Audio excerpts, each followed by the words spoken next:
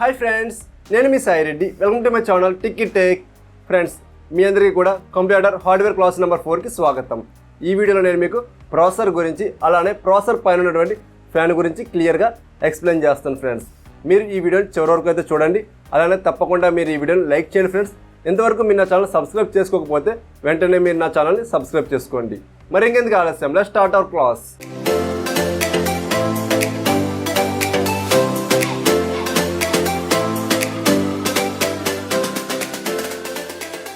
Friends, ముందుగా మనం processor గురించి అయితే తెలుసుకుందాం.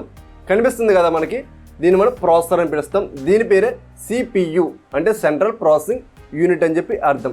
ముందుగా ఈ ప్రాసెసర్ ఎలా తయారవుతుందో తెలుసుకున్నట్టయితే, ఈ ప్రాసెసర్ శాండ్ అంటే తెలుసు కదా, ఇసుక.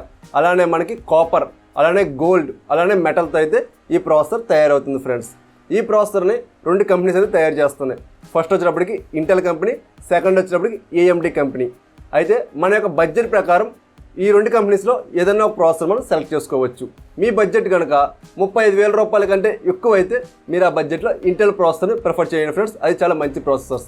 అలా కాకుండా మీ బడ్జెట్ 30,000 కంటే తక్కువ అయితే ఆ బడ్జెట్లో మీరు AMD ప్రాసెసర్స్ని తీసుకోవచ్చు. ఎందుకంటే తక్కువ బడ్జెట్లో చాలా మంచి పెర్ఫార్మెన్స్ అనేటువంటివి AMD ప్రాసెసర్స్ చేస్తాయి. ఫ్రెండ్స్, అలానే ఫ్రెండ్స్, మనం ఏదైనా ఒక ప్రాసెసర్ పర్చేజ్ చేస్తున్నామంటే 2 పాయింట్స్ అయితే మనం గుర్తుపెట్టుకోవాలి. ఫస్ట్ పాయింట్ వచ్చినప్పటికీ, మనం తీసుకున్నటువంటి ప్రాసెసర్కు క్యాచీ మెమరీ ఎంత ఉందనేటువంటి చూసుకోవాలి. ఎంత ఎక్కువ క్యాచీ మెమరీ ఉంటే మన ప్రాసెసర్ పెర్ఫార్మెన్స్ అనేటువంటి అంత ఎక్కువగా అయితే ఉంటుంది. ఫ్రెండ్స్, సెకండ్ పాయింట్ వచ్చి, మనం తీసుకున్నటువంటి ప్రాసెసర్ యొక్క జిగాహెర్ట్జ్ అనేటువంటిది ఎంత ఎక్కువ ఉంటే పెర్ఫార్మెన్స్ అనేది కూడా అంత బాగుంటుంది. మినిమం ప్రాసెసర్కి 2.3 జిగాహెర్ట్జ్ ఉండేలాగైతే చూసుకోవాలి. ఫ్రెండ్స్, అలానే ఫ్రెండ్స్, మనం ఏదైనా కొత్తగా ప్రాసెసర్ పర్చేజ్ చేసినా లేదా సెకండ్ హ్యాండ్ ప్రాసెసర్ పర్చేజ్ చేసినా కానీ మనం ముఖ్యంగా చూడవలసింది ఏమిటి అంటే, కనిపిస్తున్నాయి కదా ఇక్కడ మీకు ఊసల్లాగా, ఈ ఊసలన్నీ కూడా మనకి కరెక్ట్గా ఉన్నాయా లేదనేటువంటి చూసుకోవాలి. ఏ ఒక్క స్ట్రిప్ అయినా సరే బెండ్ అయినా లేదా ఇరిగిపోయినా ఈ ప్రాసెసర్ దీనికి కూడా పనికిరాదు. ఫ్రెండ్స్, చాలామంది కొత్త ప్రాసెసర్లే కాదు అన్నట్టుగా తీసుకుంటాం. అయితే ఆ ప్రాసెసర్ మన దగ్గర రాగానే ఫస్ట్ ఇవన్నీ కూడా జాగ్రత్తగా మీరు అబ్జర్వ్ చేయండి. ఏ ఒక్కటి పోయినా ఏ ఒక్కటి ఇరిగిపోయినా ఆ ప్రాసెసర్ అయితే మీరు వెనక్కి ఇచ్చేయండి. ఫ్రెండ్స్, ఎందుకంటే అది మన దీనికి కూడా పనికిరాదు. అలానే మనకి కొత్తగా మీరు మదర్ బోర్డ్ తీసుకున్నారు, అలానే వేరే ప్రాసెసర్ తీసుకున్నారు. అయితే ఈ మదర్ బోర్డ్కి ఈ ప్రాసెసర్కి సరిగ్గా సెట్ అవుతుందా లేదనేటువంటిది మీరు 1కి 2 సార్లు చెక్ చేసుకోవాలి. ఫ్రెండ్స్, మీకు అలా చెక్ చేసుకోవడం రాకపోతే నేను ఈ వీడియో డిస్క్రిప్షన్లో ఒక లింక్ అయితే ఇస్తున్నాను. ఆ లింక్ క్లిక్ చేస్తే మీకు ఒక వెబ్సైట్ అయితే ఓపెన్ అవుతుంది. ఆ వెబ్సైట్లో మీ దగ్గర ఉన్నటువంటి మదర్ బోర్డ్ నెంబర్ అలానే మీ దగ్గర ఉన్నటువంటి ప్రాసెసర్ మోడల్ నెంబర్ ఎంటర్ చేస్తే ఈ రెండింటికి మ్యాచ్ అవుతుందా లేదా అని చెప్తుంది. అలానే ఏ మదర్ బోర్డ్కి ఏ ప్రాసెస్ సెట్ అవుతుంది అనేటువంటిది కూడా మీకు ఆ వెబ్సైట్లో అయితే చూపిస్తుంది. ఫ్రెండ్స్, ఇది ఫ్రెండ్స్ CPU గురించి. అయితే నెక్స్ట్ వచ్చి మనకి CPU కూలింగ్ ఫ్యాన్ కనిపిస్తుంది కదా. ఫ్రెండ్స్, ఇది మనకి CPU కూలింగ్ ఫ్యాన్. దేనికి ఉపయోగపడుతుంది అంటే, మన CPU అనేటువంటిది అంటే ప్రాసెసర్ అనేటువంటిది ఎక్కువగా హీట్ని జనరేట్ చేస్తూ ఉంటుంది అన్నమాట.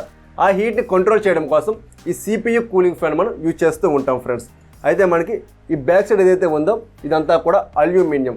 అల్యూమినియం పని ఏంటి, ఎక్కడైతే హీట్ ఉంటుందో ఆ హీట్ని కంట్రోల్ చేయడం దీని యొక్క పని. కాబట్టి మన CPU మీద ఈ అల్యూమినియం అయితే పెడతాం. ఫ్రెండ్స్, నెక్స్ట్ వచ్చి ఇదంతా కూడా ప్లాస్టిక్. అలానే మధ్యలో మనకు ఫ్యాన్ ఉంది. ఫ్రెండ్స్, ఈ ఫ్యాన్ తిరగడం వల్లే మన CPU అనేటువంటి కూలింగ్గా ఉంటుంది అనే విషయం మనందరూ కూడా తెలుసు కదా. అలానే నెక్స్ట్ వచ్చినప్పటికి ఇది వైర్.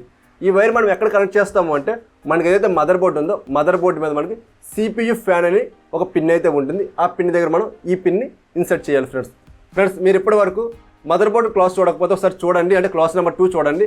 అప్పుడే మీకు ఈ వైర్ గురించి అలానే ఈ పిన్ గురించి అయితే ఒక క్లారిటీ అయితే వస్తుంది. ఫ్రెండ్స్, నెక్స్ట్ వచ్చి మనకి ఇక్కడ ఒక పిన్ లాగా ఉంది కదా, మనకి ఒక స్టాండ్ టైప్ పిన్ లాగా. ఇది దేనికి ఉపయోగపడుతుంది అంటే, ఈ కూలింగ్ ఫ్యాన్ పట్టుకుని మనం మదర్ బోర్డ్ సాకెట్ దగ్గర ఇన్సర్ట్ చేస్తాం. అక్కడ మనకి ఇది లాక్ చేసి ఉండాలి కాబట్టి దీని ద్వారా మనం లాక్ అలాగే అన్లాక్ అనేటువంటి దాన్ని చేసుకుంటూ ఉంటాం. ఫ్రెండ్స్, అర్థమైంది కదా మనకి CPU కూలింగ్ ఫ్యాన్ గురించి, అలానే CPU గురించి కూడా. అలానే నెక్స్ట్ క్లాస్లో నేను మీకు CPUని అయితే అసెంబుల్ చేసి చూపిస్తాను. ఫ్రెండ్స్, తప్పకుండా మీరు ఆ వీడియోని చూడండి. ఆ వీడియోలో ఇప్పుడు దాకా నేను చెప్పినటువంటి క్లాసులన్నీ కూడా మీరు వింటే ఆ వీడియో మీకు చాలా క్లియర్గా అయితే అర్థమవుతుంది. ఫ్రెండ్స్, ఇప్పటి వరకు ఆ క్లాస్ ఎవరైనా వినకపోతే ఒకసారి ఆ క్లాసులన్నీ వినండి. వాటి యొక్క లింక్స్ ఈ వీడియోకి డిస్క్రిప్షన్లో ఇస్తాను. అలానే ఈ వీడియో చివరి ఎండ్ కోర్స్ ఉంటుంది, పైన 𝐼 కోర్స్లో కూడా ఉంటుంది. ఫ్రెండ్స్, మీరు అక్కడ నుండి ఆ వీడియోస్ అన్ని చూస్తే నేను చెప్పబోయేటువంటి ఈ కంప్యూటర్ అసెంబ్లింగ్ క్లాస్ అనేది మీకు క్లియర్గా అయితే అర్థమవుతుంది. ఫ్రెండ్స్, ఆ వీడియో మీరు మిస్ కాకుండా ఉండాలి అంటే తప్పకుండా మీరు నా ఛానల్ సబ్స్క్రైబ్ చేసుకోండి. ఫ్రెండ్స్, అలానే ఇంతవరకు ఈ వీడియోని లైక్ చేయకపోతే వెంటనే మీరు లైక్ చేయండి. Friends, this is your Sai Reddy signing off.